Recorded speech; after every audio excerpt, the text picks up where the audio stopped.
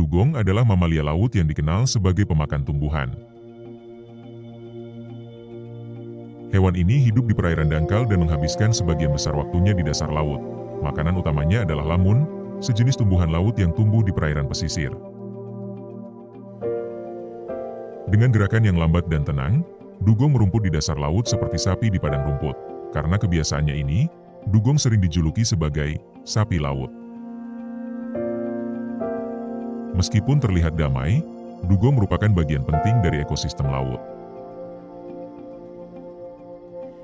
Namun, populasi dugong terus menurun akibat aktivitas manusia dan kerusakan habitat.